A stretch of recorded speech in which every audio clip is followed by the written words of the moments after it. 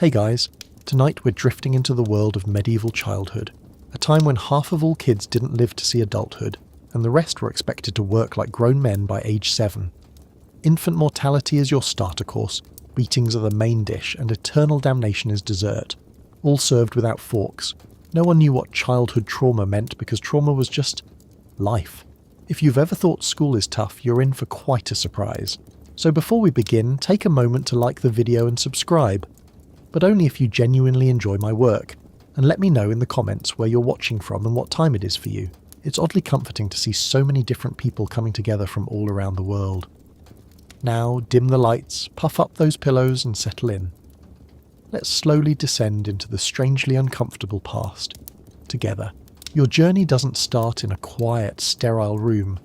It starts with a scream in a dark, smoke-filled hut. The smell is the first thing that hits you. A thick mix of animal sweat, damp earth, blood, and the smoke from a fire that has no chimney to escape through. You're being born on a pile of straw laid over a dirt floor. Your mother is exhausted, her face pale in the flickering firelight. There's no doctor here, no epidural, no fancy machines that beep reassuringly. The only person in charge is a woman from the next hut over. She's the village midwife, not because she has any medical training, but because she's seen this enough times to not panic. Her hands, which are about to be the first to ever touch you, were last seen gutting a chicken for dinner. Washing them is a foreign concept. Her medical knowledge comes from folklore and prayers whispered to saints who she hopes are listening. Every single moment of your arrival is a life or death gamble. If you're positioned incorrectly, coming out feet first, the midwife has very few options. She might try to force you into the right position, a painful and dangerous process for both you and your mother. Or more likely, she'll see it as a bad omen, a sign from God that this was not meant to be. She might just give up, turning her attention to saving your mother, who can at least work the fields and potentially bear more children later. You are, in this brutal equation, the disposable variable. Being dropped onto the hay-covered floor isn't malpractice, it's just a clumsy accident that will be spoken of with sad shakes of the head. Nobody is getting sued here, there is no one to sue. This is simply the way of the world, a place where a small, fragile life is easily lost and quickly forgotten. There is no safety net to catch you. And where are you being born? If you're lucky, it's in a peasant hut like this, cold and damp but at least out of the wind. The walls are made of wattle and daub, a mix of twigs and clay, with gaps you can see the sky through. The roof is thatch, and it leaks when it rains, turning the dirt floor to mud. But you might not even be that lucky. Your mother might be a camp follower, trailing an army. Your delivery room could be the back of a wooden cart jostling over a frozen road, with the sounds of marching men and clanking armour just outside. Or maybe your mother is a serf, tied to the land.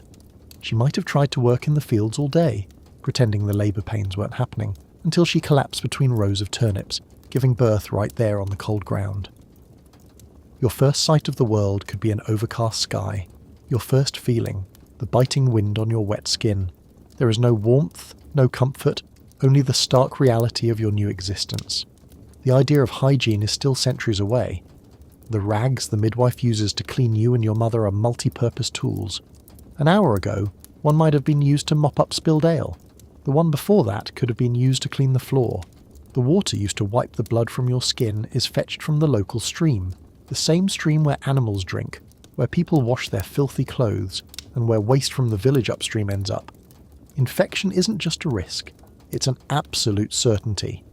Your raw, vulnerable body is being introduced to a whole world of bacteria from the very first second. Your first breath isn't a celebration of life, it's a desperate gasp for air in a room thick with smoke and human smells. You are entering a world that seems designed, from the ground up, to reject you. When it's time to cut the umbilical cord, the midwife pulls out a small rusty knife. It's the same knife she might have used that morning to skin a rabbit or cut a wedge of hard cheese. She might wipe it on her apron, considering that clean enough. She ties the cord off with a piece of rough thread she's pulled from her own tunic. Every step of this process is an invitation for disease, for tetanus, for an infection that could end your life before it's truly even begun. It is a quiet, horrifying spectacle of resilience, and it's a miracle that anyone ever survived this first, most dangerous trial. Finally you are born. You're covered in a mixture of blood and filth, screaming and shivering. You're alive for now. but you've just passed the very first test in a brutal endurance race, where most of the contestants don't even make it past the starting line. The midwife wraps you not in a soft, clean blanket, but in a piece of rough, worn cloth. She hands you to your mother, but no one is celebrating. There are no tears of joy, no cooing, no congratulations. There are only the tired, wary eyes of your mother and the grim, assessing look from the midwife. They aren't celebrating your arrival. They're waiting. They're waiting to see if you'll last the night. They're waiting to see if you'll survive the week. Your life hasn't been welcomed. It's been put on probation. So, you lasted the night. And the next one. Congratulations. Now you get to experience the joys of infancy. But don't expect soft blankets, gentle cooing, or a colourful mobile hanging over your crib, in a world where about half of all children die before they see their first birthday. Emotional attachment is a bad investment. Your parents are gamblers who have learned to never go all in on a hand this risky. You are, for all intents and purposes, not a cherished new life, but a probationary one. You are a small, damp and occasionally noisy package, waiting to be either returned to sender or, against all odds, kept. You spend a vast majority of your day swaddled. This isn't the gentle, soft wrapping you might see today. You're bound tightly in strips of rough, unwashed cloth, your arms pinned to your sides, your legs held straight.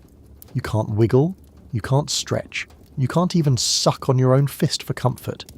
The rags themselves are stiff with grime and have a sour, smoky smell. They were likely part of a sack that used to hold grain, or perhaps a piece of an old tunic that belonged to your uncle before he died of a fever last winter. These bindings aren't for your comfort, they're for containment. You are a problem to be managed, and keeping you trussed up like a piece of salted meat is the most efficient way to do it. You are less a baby and more a breathing parcel. Where do you spend your days? Not in a lovingly decorated nursery. Often you're simply placed on the dirt floor in a corner of the one-room hut, near the fire. It's the warmest spot, but it's also where the smoke is thickest and where people are most likely to step on you by accident. You are a living obstacle, a lump to be avoided. Sometimes, to keep you out of the way, you're strapped to your mother's back with another long strip of cloth while she goes about her day. You become a piece of living luggage. The world is a jarring, rhythmic nightmare of her bending to pull weeds from the field, her back muscles straining, her sweat dripping down onto the rags you're wrapped in. You see the world upside down and sideways, a dizzying blur of swaying trees and your mother's sweaty neck. You are an accessory to her labour, a silent, bundled passenger on a journey you have absolutely no control over. Don't expect anyone to call you by a name either. In many places, parents don't bother naming a child right away. What's the point? It only makes it harder when you die. Getting attached to something so fragile, so likely to be taken away by the slightest illness, is a form of self-torture they can't afford. So, you're simply the infant, the new one, or maybe just it. Your older siblings might poke you with a stick to see if you're still breathing. This isn't meant to be cruel, it's just a quick, efficient check. Your existence is acknowledged but not yet celebrated. You are a presence, a fact, but not yet a person with an identity. That honour has to be earned through the simple, brutal act of not dying. Let's talk about diapers. There are no disposable diapers. There are no cloth diapers with safety pins. There is only a strip of linen or wool, called a clout, tucked between your legs inside your swaddling bands. When you soil it, and you will, it isn't whisked away and replaced with a fresh, clean one. Your mother might, if she has a moment, scrape off the worst of the mess and hang the rag near the fire to dry, stiff and stained, ready to be used again. More likely, you'll just be left in it for hours.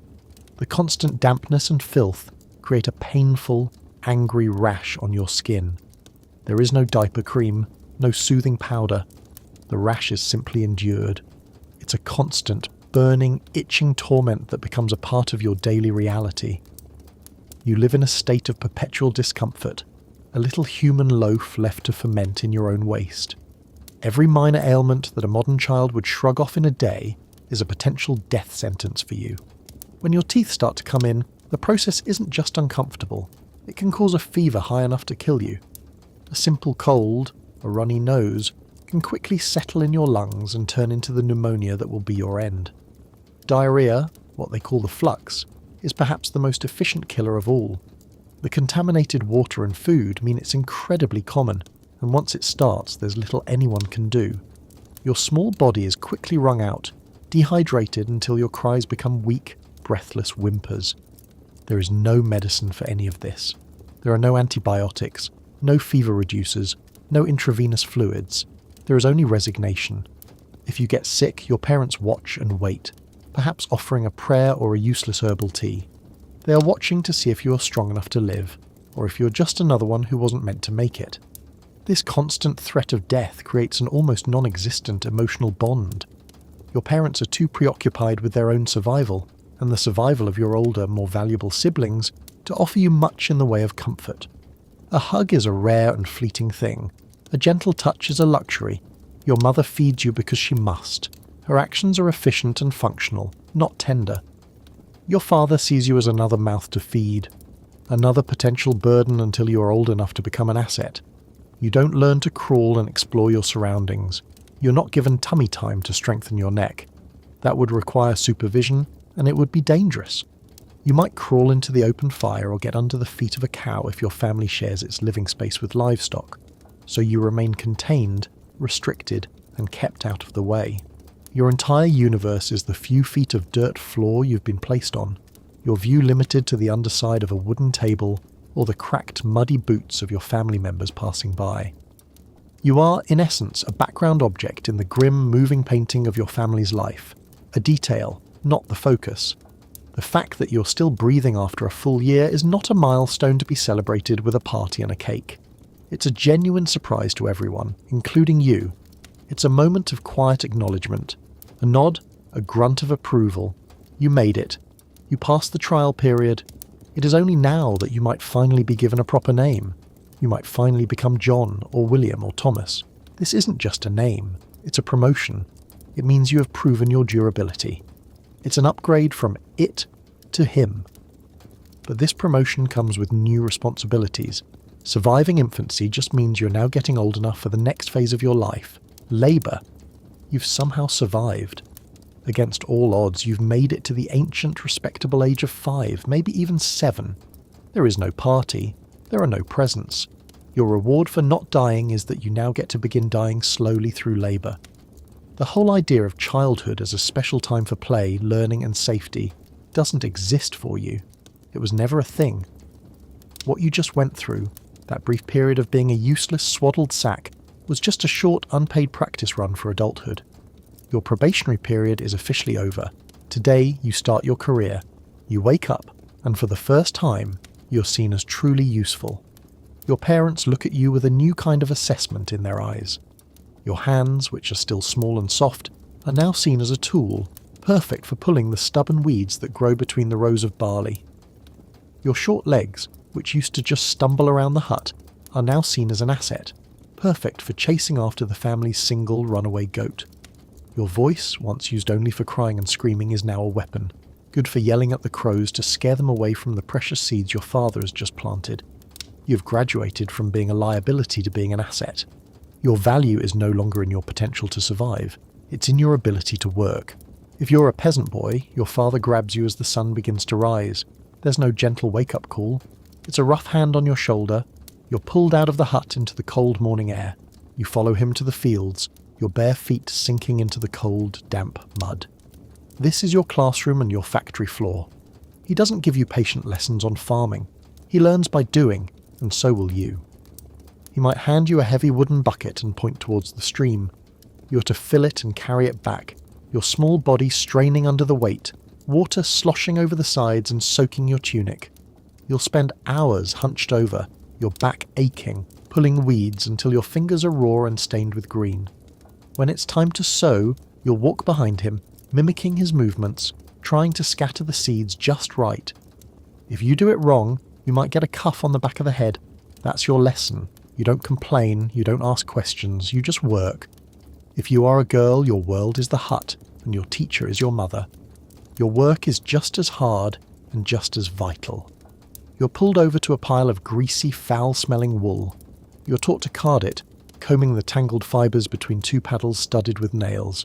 Then you learn to spin it into thread using a simple drop spindle. It's a tedious, endless task that you will perform for the rest of your life. The spindle wobbles and falls, the thread breaks, and you start over.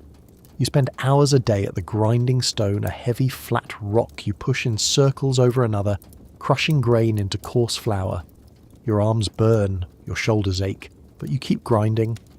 You're expected to watch the fire, to feed it small sticks to keep it from going out. You stir the bubbling grey pottage in the pot over the hearth. You learn to pluck chickens, mend torn clothes, and churn milk into butter. Your domain is the smoky, dark interior of the home, and your labour never ever ends. There is no choice in any of this.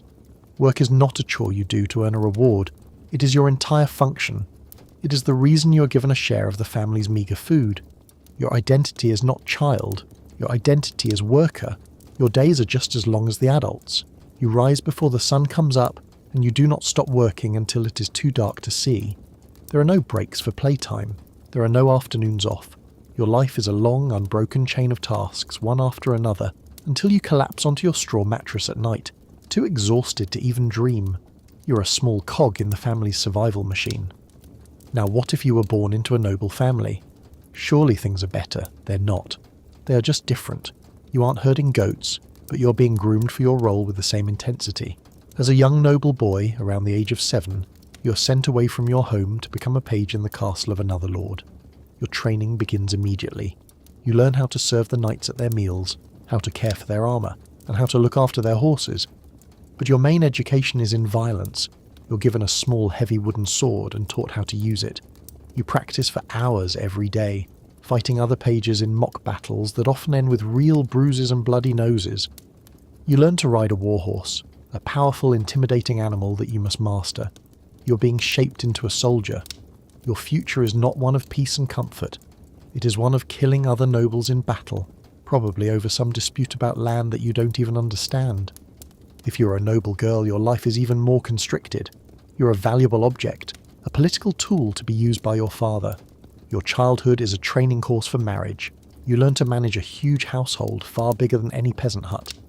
You learn which herbs can be used for medicine, how to direct servants, and how to manage the vast stores of food and supplies needed to run a castle. You're also taught the feminine arts. You might learn to sing, to play a lute, or to do fine embroidery. This isn't for your own enjoyment.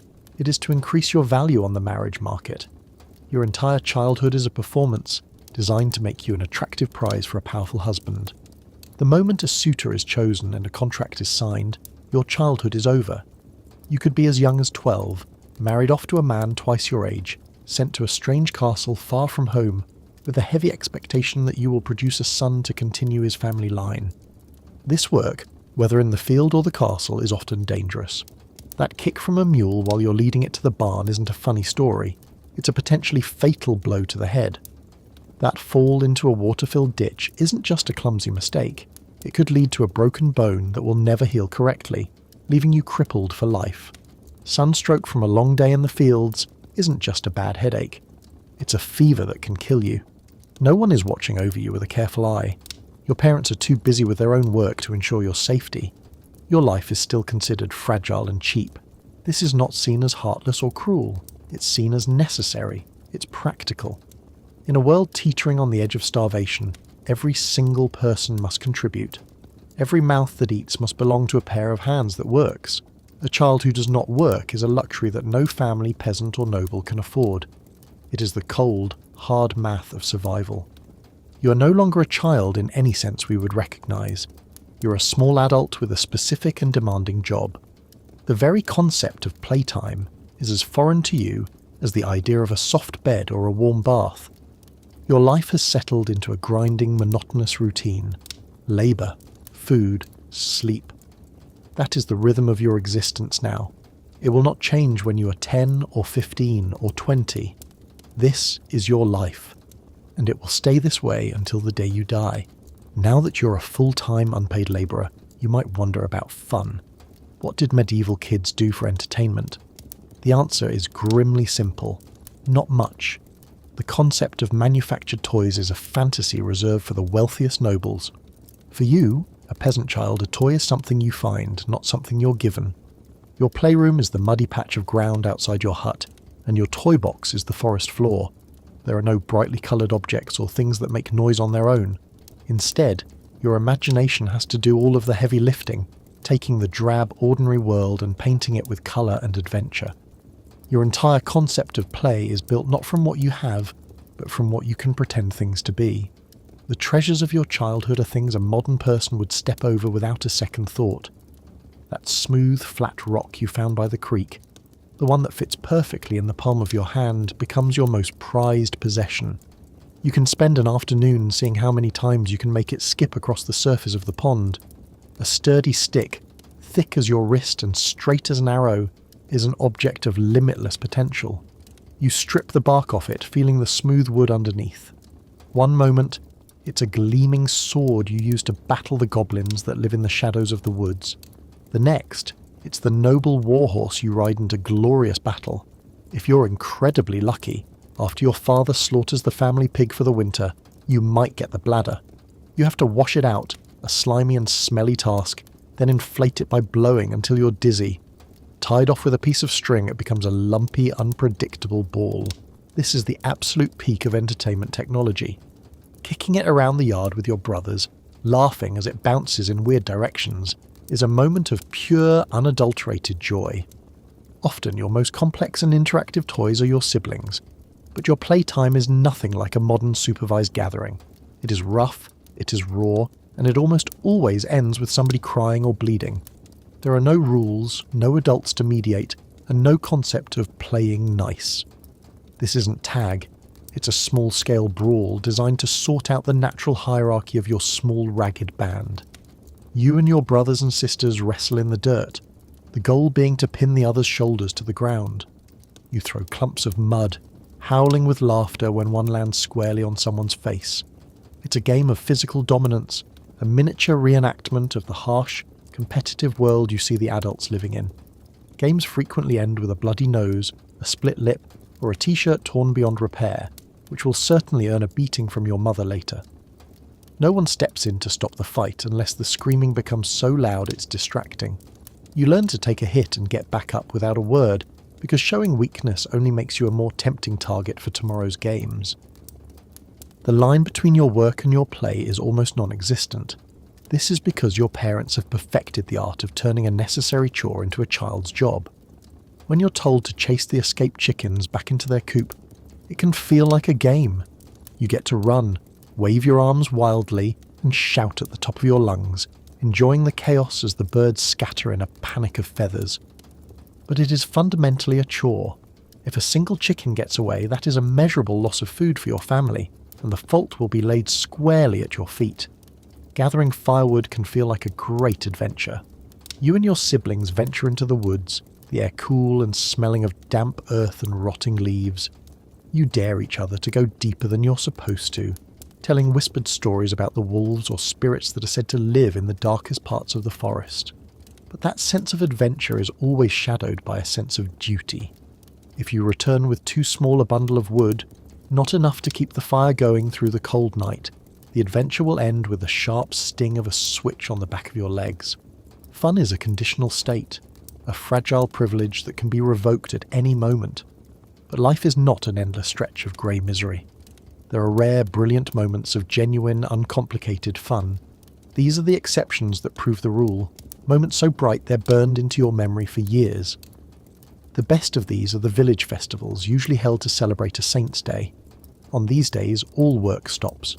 The entire village, which is your entire world, gathers in the open space by the church. A travelling musician might be there, playing a lively stomping tune on a crude flute or a fiddle. You get to dance, not with any formal steps, but in a chaotic, joyous circle with the other children, kicking up dust until you're breathless and dizzy. And best of all, there is special food. You might be handed a small piece of roasted meat, greasy and salty, a flavour so powerful and rare it makes your mouth water. Or perhaps a tiny honey cake, a sweetness so intense it feels like a shock to your system. Another rare joy is the bonfire on a cold night.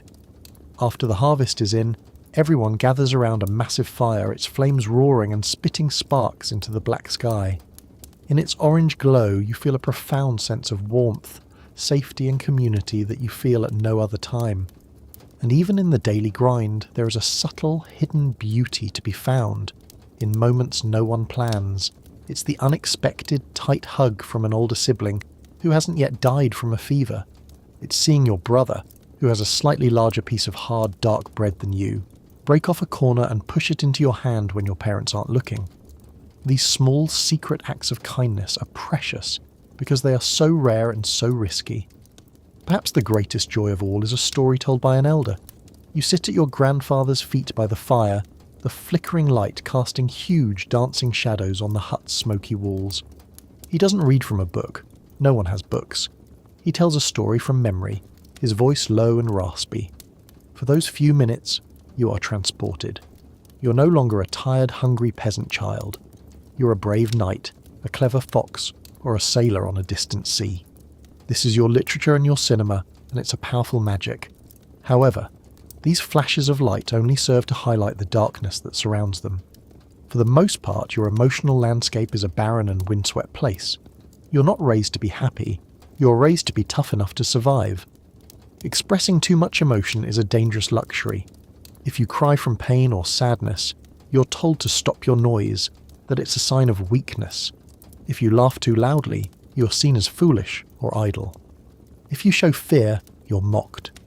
Fear is the air everyone breathes, so to speak of it is pointless. You learn very early in life to swallow your feelings, to build a hard shell around your heart so that nothing can hurt it. Your parents do not have the time or the energy to worry about your emotional state. Their only goal is to keep you alive until you're old enough to work. Your childhood is therefore not defined by joy, but by the profound and constant absence of it. Fun is not a right or an expectation. It is a rare, fleeting accident that happens when the world isn't looking. It is a spark that appears for a brief, glorious second and is then gone, leaving the darkness feeling even deeper than before. These moments do not build a happy childhood. They are simply brief interruptions in a life of unending toil.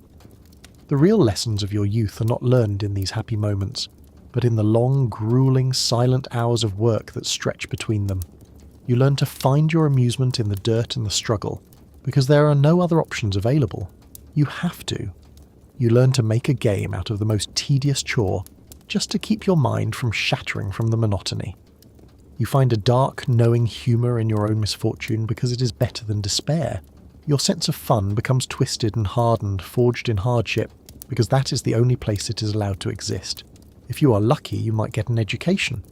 But this is not an education in mathematics or history or the sciences. It's an education in fear, and it is taught in a language you do not understand. For most medieval children, the concept of a formal school is a complete fantasy. Your education is simply your life. You learn what you need to survive from your parents, and that is all. You watch your father swing a hammer, and you learn to be a blacksmith. You watch your mother spin wool, and you learn to be a spinner. Your classroom is the field, the workshop, or the smoky hut, and your lessons are taught through observation and imitation. But you are one of a very small, select group. Perhaps your parents are wealthy enough to afford it, or maybe they have decided to give you to the church as an offering, a tithe of human flesh. So you are sent to a monastery school. You don't know it yet, but you're not going there to have your mind opened. You're going there to have it put in a cage. You find yourself in a cold, echoing stone room with a handful of other boys. The light is dim, filtering in through a high, narrow window. You sit on a hard wooden bench, your feet barely touching the freezing stone floor. There are no colourful posters on the wall, no cheerful displays of student work. There is only the damp chill that seems to seep into your bones. Your teacher is a monk, his face grim and joyless, his eyes seeming to look right through you. The curriculum is brutally simple, religion.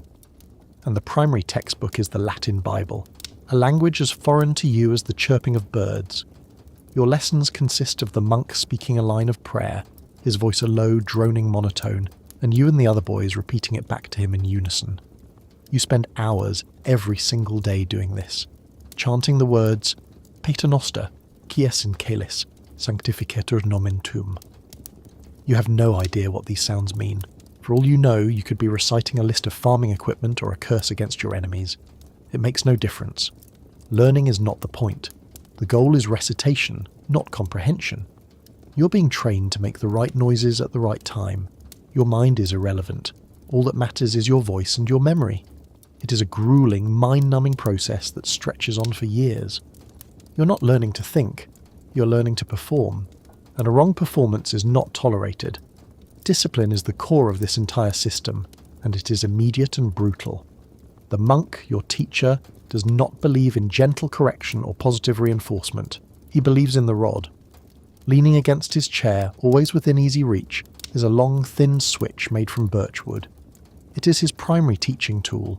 If your attention wanders for even a moment, if you fidget on the hard bench, if you stumble over a Latin syllable, the monk does not repeat the lesson.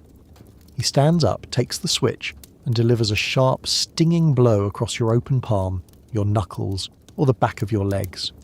The pain is electric, a hot whip crack that makes you gasp. You learn from the first day to choke back the tears, to bite your lip until it bleeds, because crying is a sign of weakness and defiance, and it will only earn you another strike. The room falls silent after each punishment, the only sound the faint hiss of the monk's robes as he returns to his seat. The other boys stare straight ahead, their faces blank, each one praying he is not next. You're not being taught to love learning. You're being taught to fear mistakes. The true core of your education is not Latin at all. It is fear. A deep, profound, and all-encompassing fear that is designed to shape every thought you have. The first and greatest fear is the fear of God's wrath. God is not presented to you as a loving, merciful Father. He is a stern, all-seeing judge who keeps a meticulous record of every single one of your failings. Every bad thought, every idle word, every small act of disobedience is an offence against him, and he is quick to anger and terrible in his punishment. Then there is the fear of the devil. Satan is not a distant, abstract concept. He is a very real and very present threat. The monks tell you that he is everywhere, lurking in the shadows, disguised as a friendly animal or a tempting thought, his only goal to drag your soul down to hell. And hell itself is not a metaphor. It is described to you in vivid, terrifying and stomach-churning detail. The priests paint pictures with their words of a place of eternal, unimaginable torment. They speak of rivers of fire, of lakes of boiling pitch, where the souls of sinners scream forever. They describe demons with iron hooks who tear flesh from bone, of great worms that gnaw on your soul for all eternity. These are not just stories.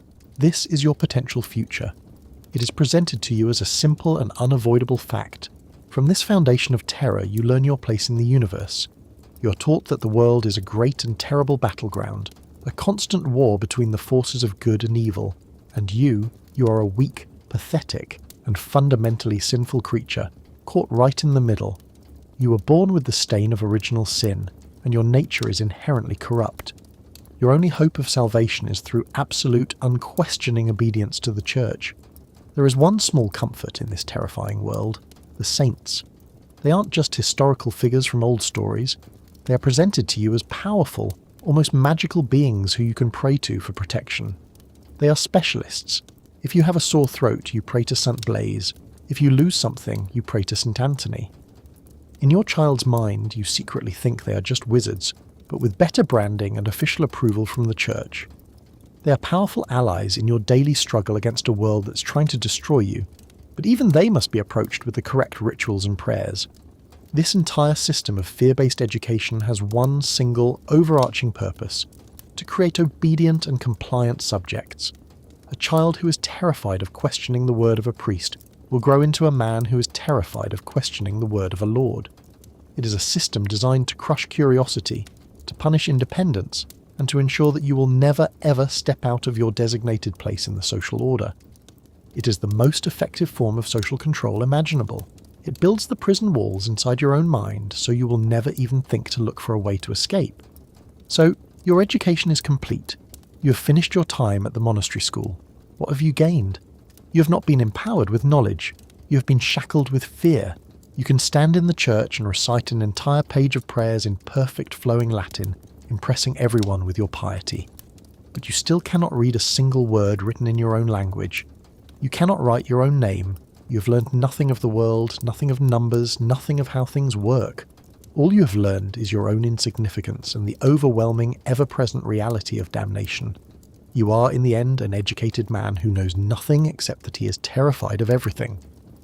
Let's talk about something you wear every day: your clothes, your body, and the ecosystem living on both. Personal hygiene wasn't just poor, it was a completely alien concept. and to many people it even sounded quite dangerous. This is an up-close look at the grime you call daily life. You own one outfit. Not one for work and one for special occasions, just one. It is a single, simple tunic, most likely made of rough, scratchy wool, or perhaps coarse linen if your family has a bit more to their name. You wear this tunic day and night. You sleep in it, you work in it, and you wear it through the sticky, sweat-soaked heat of summer and the damp, freezing mud of winter. It hasn't been washed since the day it was made. It will not be washed until it either completely disintegrates from your body or you grow too big for it, at which point it will be cut down and passed on to a younger sibling who is next in line. This single garment is your second skin, and it carries the entire smelly, stained history of your short life in its very fibres. It is caked with mud, spotted with food grease, stiff with old sweat, and thoroughly permeated with the thick, greasy smoke from the fire that never goes out in your tiny hut. Because of all this, your shirt itches. It does not just itch sometimes. It is a constant, low-grade torture that you have learned to mostly ignore through sheer force of will, and it smells. It has a powerful, sour odour that is unique to you, a signature scent composed of aged sweat and wood smoke. But it's more than just dirty. It is, quite literally, alive. Lice are not a shameful secret you desperately try to hide. They are a constant companion, an unavoidable fact of life. Everyone has them, from the peasant children working in the fields to the nobles in their drafty castles, and yes, even the king sitting on his throne. The tiny insects crawl lazily through the seams of your tunic and live in the warmth of your armpits and the hair on your head.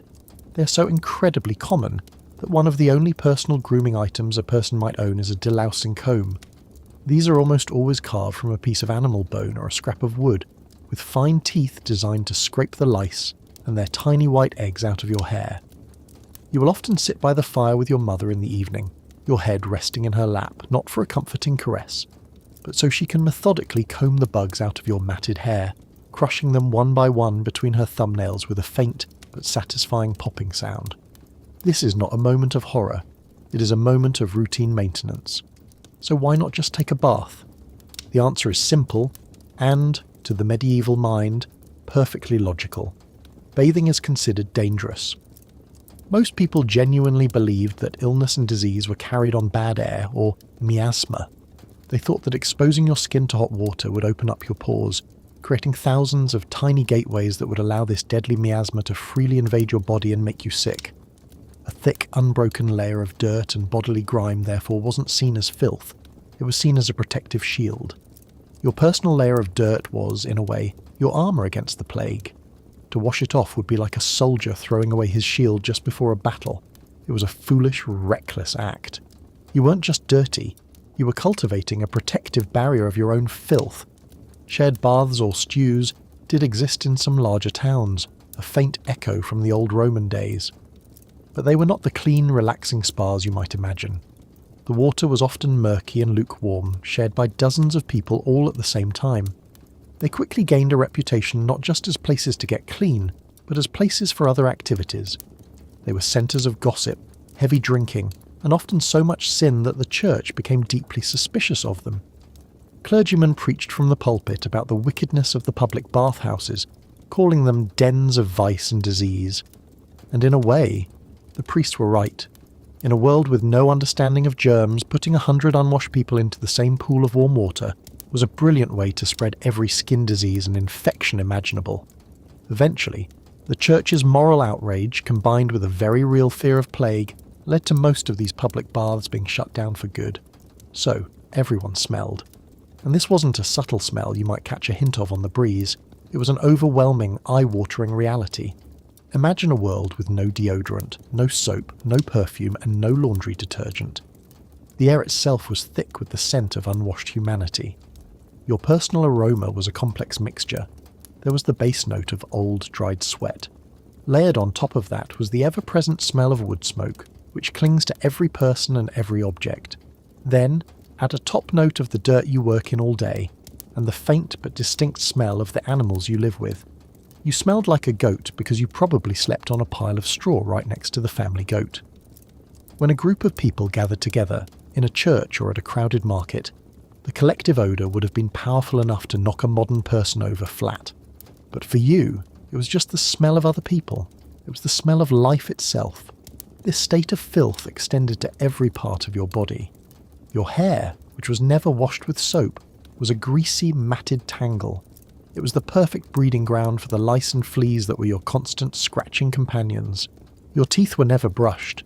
You might occasionally chew on a twig to scrape off the worst of the grime, but for the most part a thick layer of plaque and old food debris was just a normal part of your mouth. And then there were your feet. Since you rarely, if ever, wore shoes, the soles of your feet were as tough as old leather. They were permanently caked in a thick, hard layer of mud, dirt and animal dung from walking through the filthy streets and fields. You would no more think of washing your feet than you would think of washing a rock. It's crucial to understand that this was not a sign of your family's poverty. This was the universal standard. This was normal. The entire world was a profoundly filthy place, and you were simply a filthy part of it.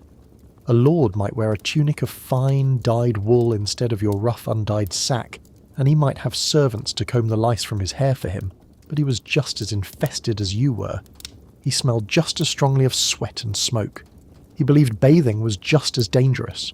Filth was the great equalizer. It united the rich and the poor, the powerful and the weak, in a shared, itchy, smelly reality. The final visceral truth of your childhood is this: you are never clean. Not for a single moment of a single day. You are never truly comfortable. There is always a nagging itch somewhere on your body, a raw patch of skin, a sense of being grimy and sticky. The sour, musky, human odour of unwashed bodies is the permanent background noise of your life.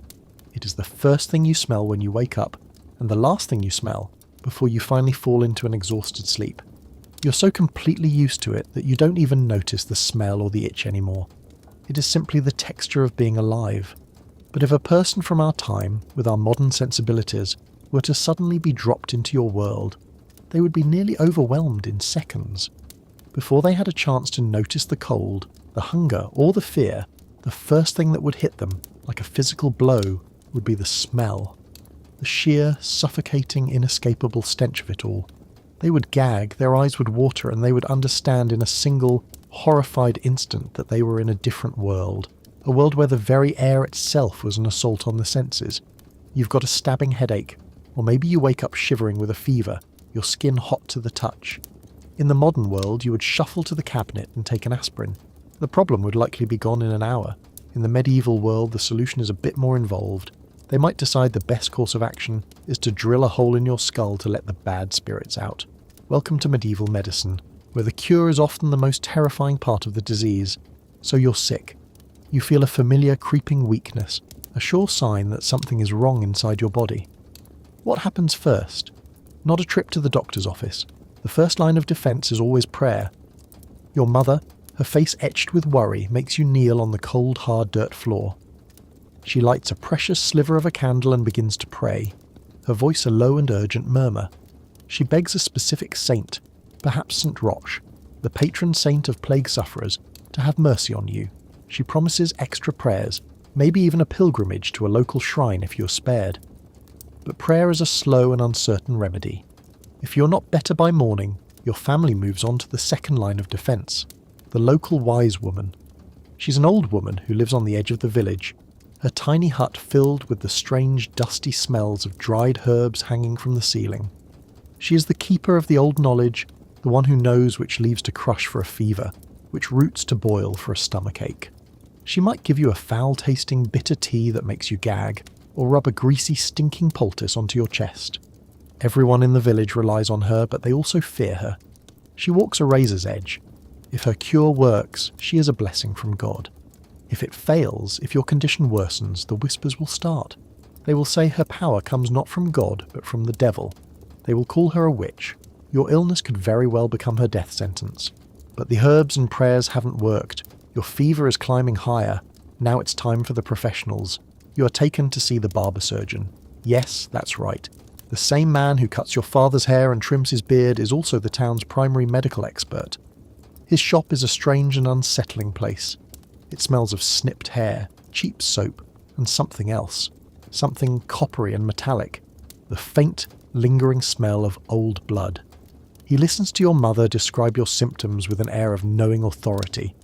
For him, the answer to almost any ailment, a raging fever, a deep infection, a lingering sadness, even a simple cough, is almost always the same. You need a bloodletting. He believes your body is filled with 4 liquids, or humours: blood, phlegm, yellow bile, and black bile.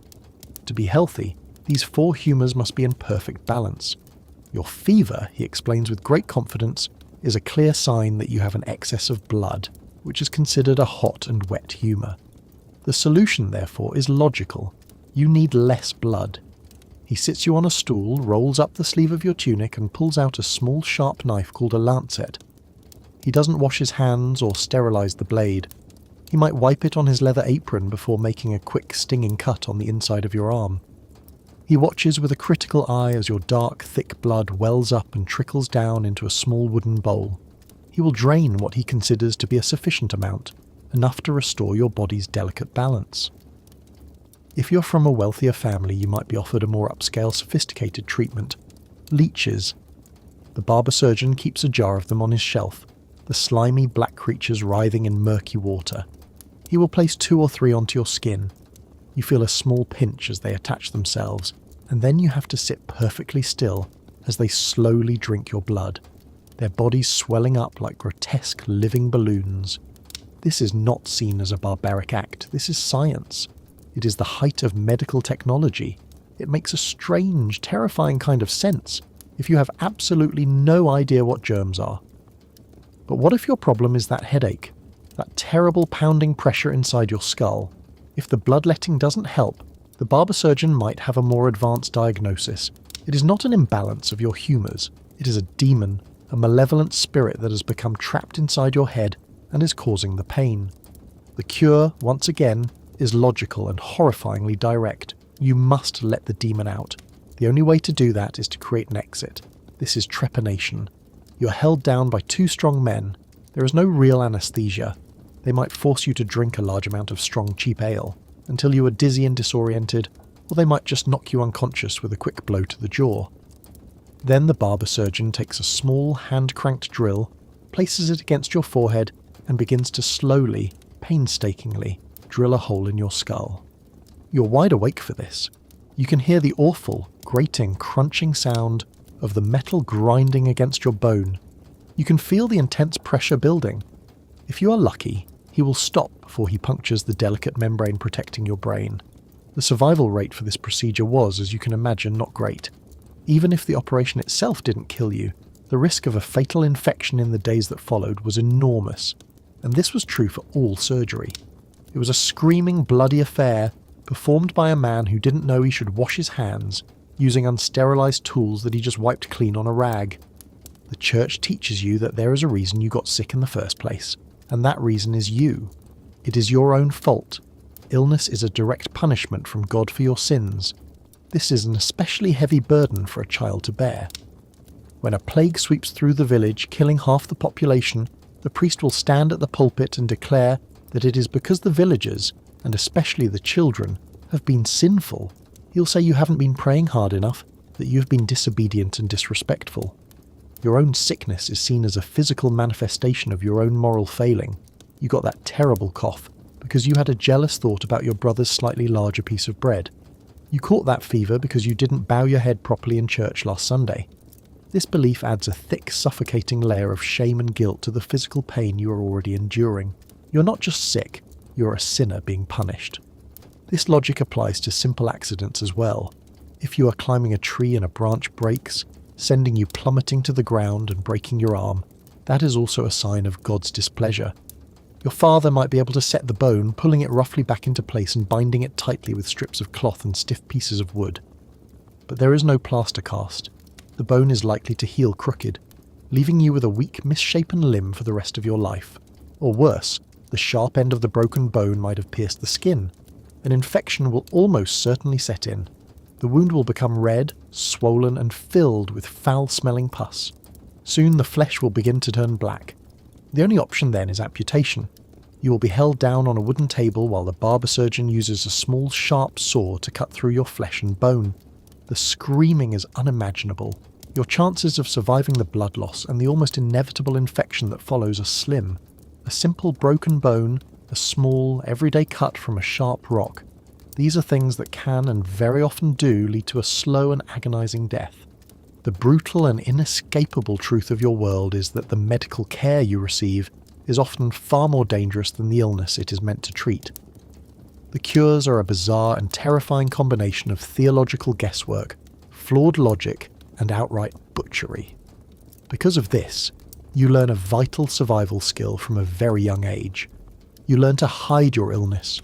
You learn to swallow your coughs. You learn to ignore the throbbing pain in your side. You force yourself to stand up and work even when you're dizzy with fever, because to admit you are sick is to invite a world of pain and terror. To complain is to summon the man with the rusty knife and the jar of leeches. Your best chance of survival is not to seek out a doctor. Your best chance is to be lucky, to be born with a strong and resilient body, and to avoid injury and illness at all costs. The doctors are not there to heal you. They are there to offer creative, painful, and ultimately useless interventions, one of which will likely be the last thing you ever experience. Beyond the fear of God, which is a constant grinding pressure on your soul, there's the fear of everything else. The world is not an empty, silent place governed by predictable laws. The world is haunted. You have been taught from your very first moments to see the invisible, to hear the whispers in the wind, and to fear the shadows in a way that modern people simply cannot comprehend. Superstition isn't a fringe belief for odd people. It's the fundamental operating system of your entire world. It is the physics of your reality. The deep, dark forest at the edge of your village isn't just a collection of trees and bushes. It's a living entity, home to ancient spirits, mischievous sprites that will lead you astray, and things far older and darker that have no name. When a black cat crosses your path, it isn't just a cat. It's a warning, a message from the other side, a living, breathing omen that you ignore at your absolute peril. Every screech of an owl, every crack of thunder, every sudden chill in the air is a sign, a symbol, a piece of a cosmic puzzle you're trying desperately to solve just to stay alive. This constant vigilance extends to your own body. Are you left-handed? If so, you are treated with a deep and unspoken suspicion from the moment you are old enough to pick something up. The left hand is the sinister hand, the hand of the devil. People will watch you. The priest's eyes will linger on you a little too long during Mass. The other children will whisper behind their hands. Your own parents will see it as a mark of potential corruption, a flaw in your soul that is manifesting physically. They will likely try to force the tendency out of you, tying your left hand behind your back for hours at a time, forcing you to learn to eat, to mend a net, to do every task with your correct right hand. You are being trained to fight your own nature, because your nature is seen as inherently wrong, possibly even demonic. It's a small, daily terror that reminds you that even the way you are built is suspicious in the eyes of God and your neighbours, a constant low-grade internal battle. This need for a supernatural cause applies to every single unexplained event. In a world without science, there are no accidents, only malevolent intentions. Did the cow's milk spoil overnight for no reason? It wasn't a natural process of bacteria. A witch cursed it. Your neighbour, the old woman with the strange-looking cat, probably muttered a spell as she walked by your hut yesterday. Did your baby brother suddenly fall ill with a fever? He wasn't exposed to a virus. Someone gave him the evil eye. Someone looked at him with jealousy or malice in their heart, and their wicked thoughts shot out like an invisible arrow striking him down. This belief system provides an immediate and satisfying answer to the question, why? It's never because of germs or because of thermodynamics. The answer is always because of someone's evil, and that means there is always someone to blame. This turns every village into a hotbed of suspicion, where every personal misfortune is seen as an attack, and every neighbour is a potential enemy armed with dark magic. And here is where the idea of this divine structure becomes so complicated. This suffocating blanket of fear, the terror of God from above and the devil from below, serves a powerful purpose.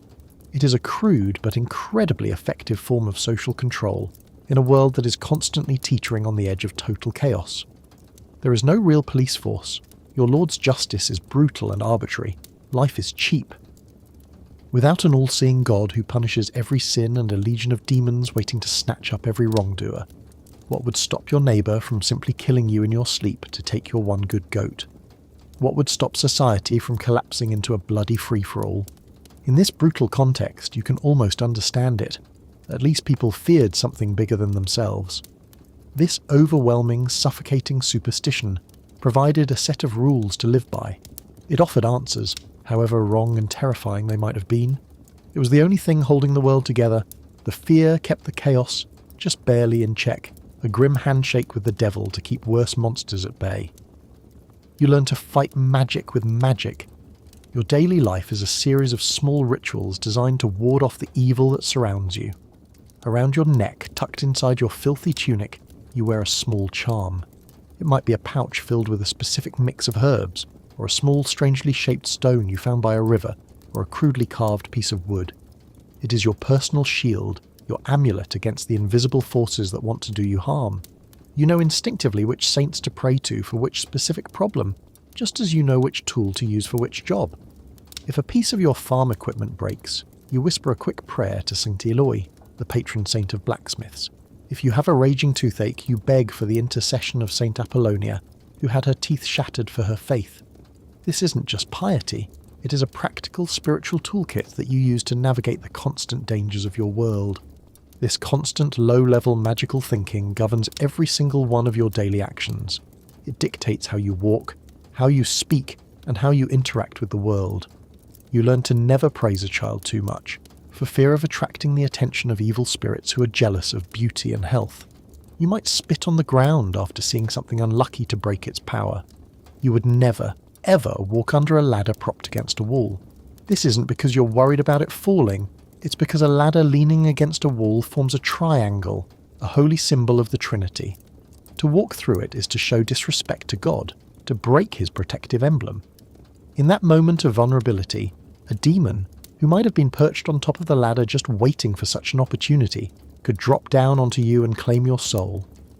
Every step you take is a negotiation with an invisible world filled with traps for the unwary. The end result of all this is that you live in a state of perpetual mild paranoia. The world is enchanted, but it is not a beautiful, whimsical enchantment of fairies and friendly dragons. It is a dark and threatening enchantment, like a horror story that you can never leave.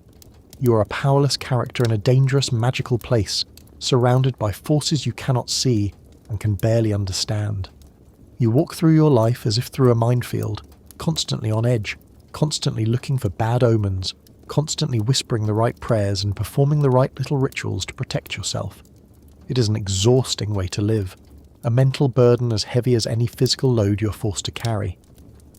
But there is one final, strange comfort in this terrifying spiritual framework. While it fills your life with fear, it also gives your suffering a kind of meaning. The hardships you endure, the hunger, the pain, the constant threat of death are not random.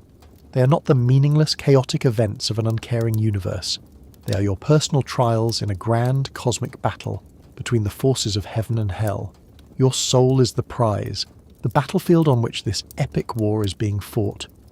Every time you resist a temptation, every time you endure a hardship with faith, you are striking a blow for God's side. Your miserable, short and painful life has an epic significance. It matters. In a world that offers you no other form of power or importance, this belief is a powerful anchoring force. It's not random. It's a test. Your suffering is your sacred duty. So far, we've been assuming you're a boy. If you were born a girl, take all the filth, fear, and hardship we've already discussed, and add another heavy, suffocating layer on top. The absolute certainty that your life is not your own. From the moment you are born, your life's trajectory is set. You're not a person in your own right. You're a future asset. Your value is not determined by your intelligence, your strength, or your character. It is calculated based on two things: your future marriage prospects and your ability to bear sons. If your brother's purpose is to work, your purpose is to be a vessel for alliances, a vessel for property exchange, and a vessel for the next generation of men. Your life belongs to your family, and their main goal is to trade you for the best possible advantage. Your childhood, which was already brutally short, is now even shorter.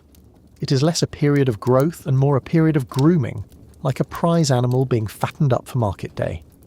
One day, when you are perhaps 10 or 12 years old, your father will come home and announce that you are betrothed. You will be married to a man you have never met, a man who is likely twice your age, from a village you have never seen. Your opinion on this matter is not requested. It is not even considered. The marriage is not about love or companionship or happiness. It is a business transaction, pure and simple. Your father might be trading you for a piece of land, for a few cows, or to settle a long-standing feud with another family. You are the commodity being exchanged. You are the living, breathing signature on a contract that you had no part in writing. From that moment on, you're no longer a child. You're a bride-to-be, waiting to be sent off to a new life, a new master, and a future you did not choose. Your education, if you can even call it that, is nothing like your brother's. He might be learning a trade, a skill that will give him some small measure of control over his own life. You're not taught to read or write. The church teaches that too much knowledge is dangerous for a woman. It might give her ideas. It might make her question her place. Instead, your education is entirely in the field of domesticity. You learn to do everything your mother does, but with a new sense of urgency. You perfect the art of spinning wool into fine, even thread. You learn which herbs can be used to treat a cough, and which ones can be used to dye cloth. You learn how to bake bread that is hard, but not so hard it's inedible. You learn how to manage a household. Your purpose is not to understand the world, but to serve your future husband and efficiently manage his home. You are being trained to be a good servant, a good manager, and a good wife. Your entire education is designed to make you a more valuable piece of property. Your greatest trial, the event that will define your life and most likely end it, is childbirth. Once you are married, the pressure to become pregnant is immediate and intense. Your primary function, in the eyes of your new husband and his family, is to produce an heir, preferably a son. You are expected to endure pregnancy after pregnancy, with no understanding of what is happening inside your own body and absolutely no medical support. When your time comes, you face it in the same smoke-filled, filthy room where you were born. The chances of something going wrong are terrifyingly high. A baby in the wrong position, a cord wrapped around the neck, a hemorrhage that cannot be stopped. Any of these common complications means death, for the baby, for you, or for both of you. You watch your friends and sisters die in childbirth, their bodies exhausted and broken by the relentless process. You know that each pregnancy is a turn at a deadly game of chance. You're expected to keep playing this game, to keep enduring the pain and the fear until you either produce a healthy male heir or you die trying. There is no other option. And in this world you have absolutely no legal rights. As a child, you are the property of your father. The moment you are married, ownership is transferred to your husband. You cannot own property in your own name. Any land or money you might inherit is immediately handed over to him. You cannot sign a contract. You cannot start a business. If you are a witness to a crime, you are not allowed to speak in court. Your husband must speak for you. Legally and socially, you are a minor for your entire life, permanently under the authority of a man. Your husband has the legal right to discipline you as he sees fit, and that includes beating you. It's not just tolerated. It's considered his duty to keep his wife in line. You have no recourse, no one to turn to, no way to escape. You are trapped. While your brother might harbour secret dreams of becoming a famous knight, or a master craftsman whose work is known throughout the region, or maybe even just owning his own small piece of land one day, your dreams are much smaller, much more fragile. The scope of your ambition is brutally constrained by the realities of your world. The greatest hope you can have is to marry a man who is not cruel, a man who does not beat you too often or too hard. Your most fervent prayer is to simply survive your next childbirth. Those are the highest peaks your imagination is allowed to climb, a kind master and a lucky escape from death. That is the best life you can possibly hope for. Any deviation from this tightly prescribed path is met with instant and intense suspicion. If you are too outspoken, if you express your own opinions too forcefully, you are labelled a nag, a shrew, a woman who does not know her place. If you are too intelligent, if you show an interest in things beyond the home, like politics or religion, you are seen as unnatural and dangerous. And if, for some reason, you remain unmarried, perhaps your family was too poor to offer a dowry, or perhaps you're simply deemed undesirable, you become an object of deep suspicion for the entire community. An unmarried woman is an anomaly, a loose end in a society where everyone must be tied to a man. She's outside the system of control, and in the medieval mind, anything that is uncontrolled is dangerous. It is these women, the outliers, the ones who don't fit in, who are most often accused of witchcraft. A strong personality, a bit of bad luck, and a few suspicious neighbours are all it takes to find yourself facing a trial by water or by fire. As a medieval girl, your experience of this brutal world is one of profound and suffocating constraint. You navigate the same filthy, dangerous, and terrifying world as your brothers, but you do it with your hands tied behind your back. Your life is a cage, expertly constructed by law, by religion, and by tradition. The walls are invisible, but they are made of solid steel. You're born into this cage, you live within its narrow confines, and you will almost certainly die there. Your resilience, then, is not found in fighting for your freedom. To rebel is to invite punishment, ridicule, or death. Your strength is found in something quieter, something more subtle. It is found in learning how to find small moments of grace and dignity within a system that is designed to crush you. It's in the quiet satisfaction of running your household well, in the bond you share with your sisters and the other women of the village who understand your plight without a word being spoken. It's in the fierce, protective love you feel for the children you manage to bring into the world and keep alive.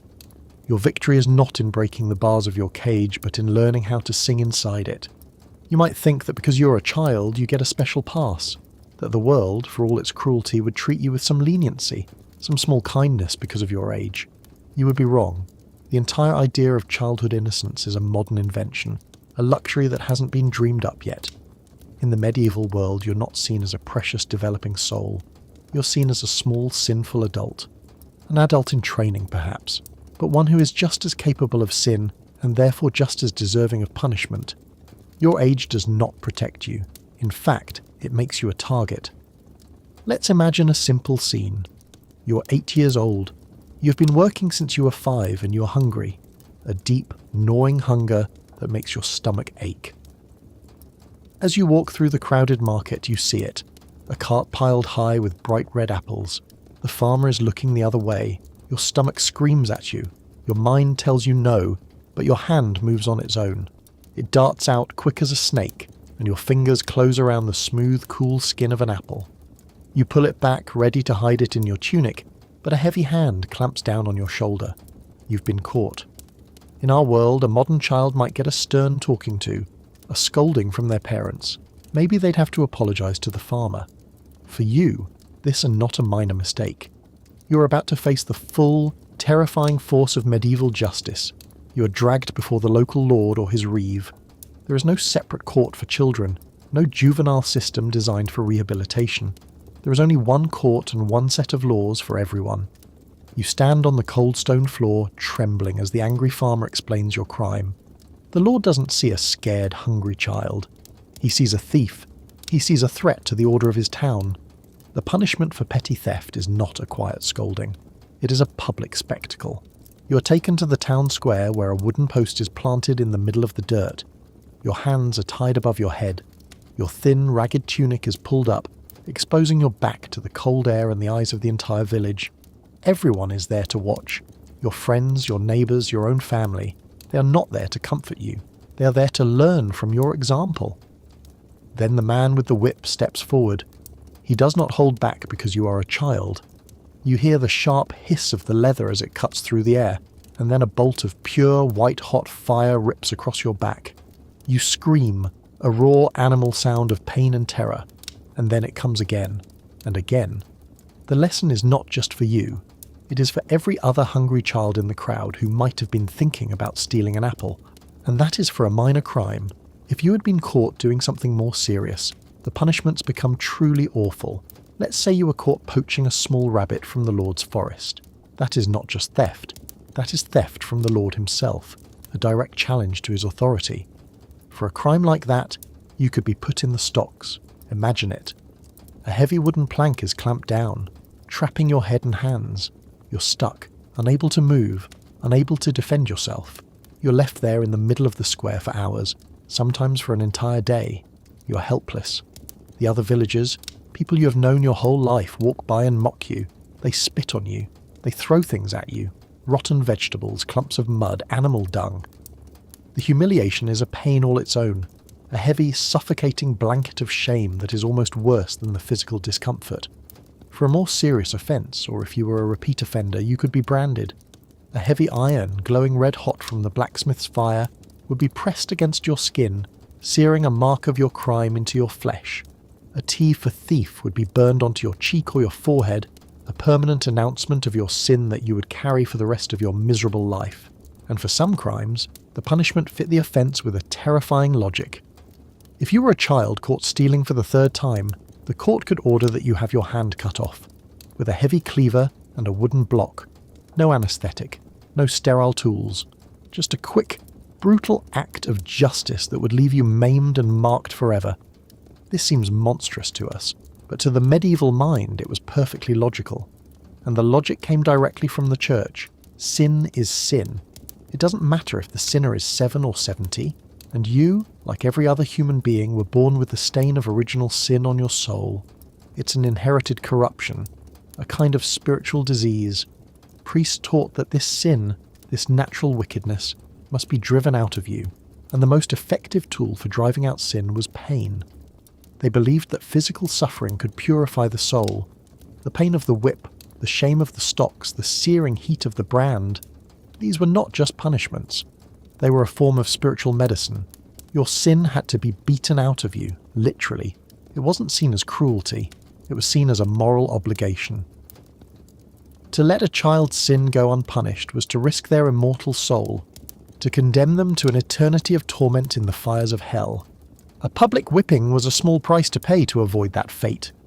This brutal philosophy wasn't just reserved for the town square. It was the guiding principle of your entire life. It applied at school, and it most certainly applied at home. That old phrase, "spare the rod and spoil the child," was not a quaint saying. It was a direct and literal instruction manual for parenting. Every father was expected to use physical force to discipline his children. A beating was not something that happened only when you did something terribly wrong. It was a normal, routine part of discipline. Did you break a wooden bowl by accident? A beating. Were you too slow in bringing the water from the well? A beating. Did you speak back to your mother? A beating. The pain was meant to teach you obedience above all else. It was constant, it was expected, and it was considered a sign of a father's love and concern for your soul. This brutal approach to discipline creates a very specific kind of person. It does not create a person who is obedient out of love or respect. It creates a person who is obedient out of pure, gut-wrenching terror. You do not obey your father because you admire him and want to please him. You obey him because you are terrified of the pain he can inflict with his hands or with a switch from the nearest tree. The most important lesson you learn from this constant cycle of pain and punishment is not a moral one. You don't learn that stealing is wrong. You learn that getting caught is wrong. You become quiet. You learn how to make yourself invisible, how to move through the world without drawing attention. You learn how to lie, quickly and convincingly, because a good lie might save you from a beating. This system doesn't build character. It builds a hard, protective shell of fear and cunning around your heart. So you learn from a very young age one of the most fundamental truths of your world. It is merciless. It has no special place for you, no soft spot for your youth. There is no protective bubble of childhood.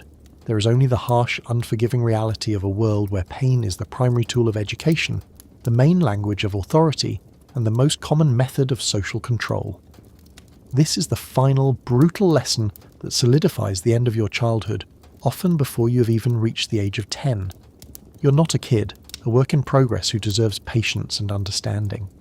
In the eyes of the world, you're a potential criminal. You're a crooked vessel that must be hammered straight, a sinful little creature who must be kept in line at all times through the simple and effective application of fear. So far we have assumed you are a boy. If you were born a girl, take all this hardship and add another layer of absolute powerlessness. Your life is not your own. From birth, your value is measured entirely by your future marriage prospects and your ability to produce a son. Your childhood, already brutally short, is even shorter. You might be betrothed at 12 to a man you've never met. This isn't about love. It's a business deal between two families, and you are the merchandise. You have no legal rights, cannot own property, and your purpose is to serve. You might think being a child gets you some leniency. You would be wrong. The idea of childhood innocence is a modern luxury. In your world, you're just a small, sinful adult. Let's say you steal an apple from the market. A modern kid gets a lecture. You're about to face the full force of medieval justice. There are no juvenile courts. You're tried and punished like an adult, which could mean a public whipping. For bigger crimes, a child could be put in the stocks or have a hand cut off. Sin is sin. So you've survived. You've made it through the filth, the fear, and the famine to the ripe old age of 15. Congratulations. The brutal truth is that surviving childhood didn't earn you a happy life. It just qualified you for an equally brutal adulthood where the real suffering begins. But maybe it made you tougher. Maybe, in a world without safety nets, that constant fear of God was the only thing holding back total chaos. Either way, you made it, for now. So next time you drink clean water, take a second. Be grateful you weren't born here.